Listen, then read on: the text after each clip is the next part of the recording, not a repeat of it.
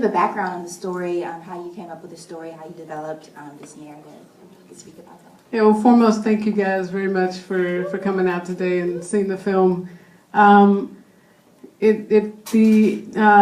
original idea came to me when I was at an Alicia Keys concert at the Hollywood Bowl. I write to music, and so it made perfect sense. She was singing the song Diary, which is this beautiful love song.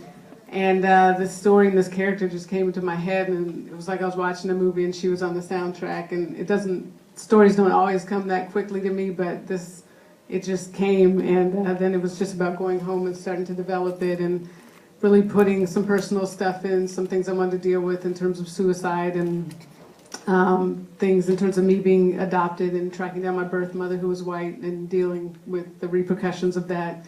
But also, you know, hip-hop, R&B, I love it. It's my music, but I don't love where it's going right now. And there just seems to be this normalization of hypersexuality and this competition.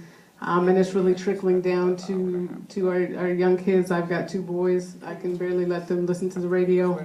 So it was really just trying to just change the conversation and give us something else to aspire to.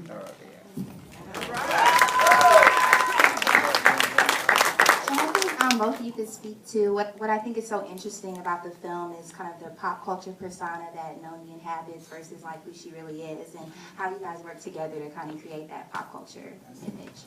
Yeah, so when I was writing this, when I was originally writing, I thought I was going to have a real musical artist, and actually very few people know, but there's a camera on, I can't say it. No, Alicia Keys was attached to this early on in the process, and I thought I wanted a real musical artist. She ended up not working out, but everything happens for a reason, and that reason was to bring me to Gugu Mbatha-Raw, and really an actress who could really go to those depths. But she's an actress. Now, thankfully, she could sing, but she is... When you meet her or see her, she is 180 degrees from Noni. So as I was in the process, I always knew that I wanted Laurieann. I used to watch Making the Band, and I was just so fascinated by Laurieann and her whole persona. And I wanted someone to help Gugu get into this headspace, somebody who was in the business, but also I felt like her whole tough love vibe would really kind of embody the character of Macy and give that to Gugu as well, something to draw on. So, but this film, we only had $7 million to do it. We had no money, and I was like, how am I gonna afford Laurieann Gibson? But I just called her up. She came and she saw a presentation that I did to showcase Gugu, and she was like, you cried when you saw it, and she was in. She just loved and I guess you can speak on it, but she loved the story. And she was in, and that was just everything to me. And we just started working with Gugu, and it was 6 months of hardcore in the dance studio, 3 or 4 hours a day, a couple days a week, and there was just different things we had to do for Gugu. One of them, I put together. Well, first, she did not grow up hip hop R&B at all, so it was me sending her so many videos, making her mixtapes. But what I wanted for Gugu is I made a tape that I gave to Laurieann. It was the only stuff she was able to dance to, and it was like the most ignorant stuff. I mean, A$AP Rocky, Effin' Problems was a real big one.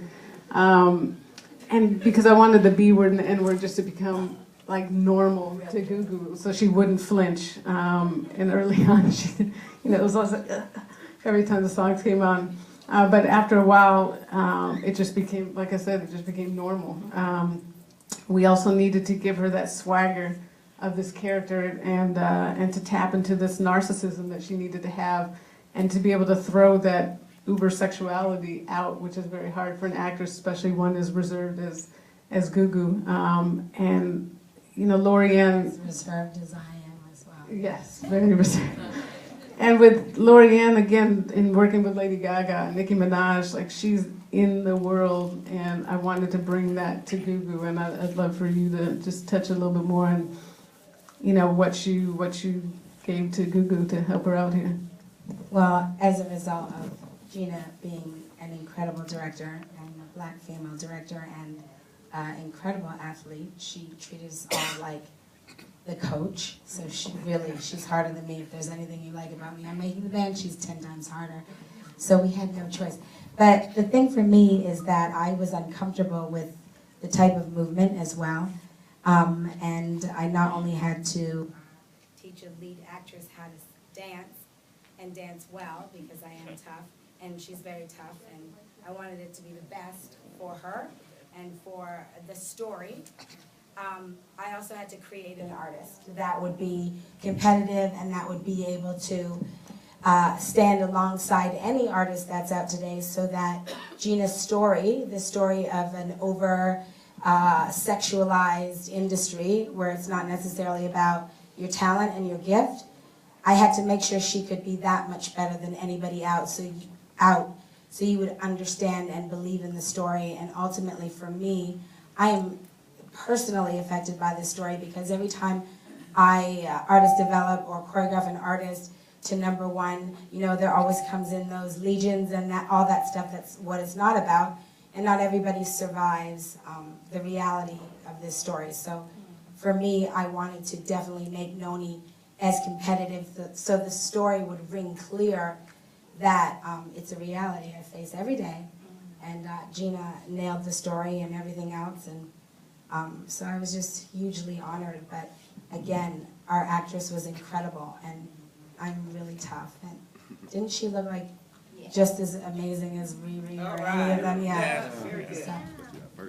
One other thing we did, which was great, we were able to take Gugu to Beyonce concert, Rihanna concert, which was work, but it was actually a lot of fun. But also one of the big things we did is we went to Greystone Manor, and Hip hop night. Laurieann got us the VIP in the middle, and it was just very fascinating that we've been spending all these hours in the dance studio dancing to Effin' Problems, and we were in the club, and that song came on, and the place went nuts. It was, I don't know what the word is, ironic, but women going crazy, dancing to the song, and we all looked at each other like, you know, this is why we're doing this. But that was also, the Clippers were there that night, and they were with us in VIP, and that's actually where DeAndre Jordan came from, because he was there, and we just wanted to bring that reality to it as well. So. And also in a recent interview, you had mentioned that you kind of wanted to obliterate the term black film. And how do you think this kind of applies to this very universal love story, and kind of doing away with those terms, and how that would impact like filmmakers of color? It's interesting because it got a little twisted. My issue is that Hollywood uses black term as a genre, and that means that Thank you. that means that, you know, Think Like a Man is the same as 12 Years a Slave, and they're two totally different films. One's a period, one's a comedy. So it's a way for Hollywood to put us in a box and say we've done our black film and we don't have to do anymore, as opposed to I want people of color in every genre. So that's really my fight, especially love stories, which are very hard to get made. But it's so important for us to be able to go to the theater and see ourselves reflected, and see ourselves loving and fighting for each other, and the world for the world to see that too, because there is a perception that we don't do that. So my goal and my fight is to put people of color in movies, but make it universal stories. And you know, thankfully that's what happened with Love and Basketball, and hopefully with this as well. Thank you for coming out. I'm going to take some questions from the audience now.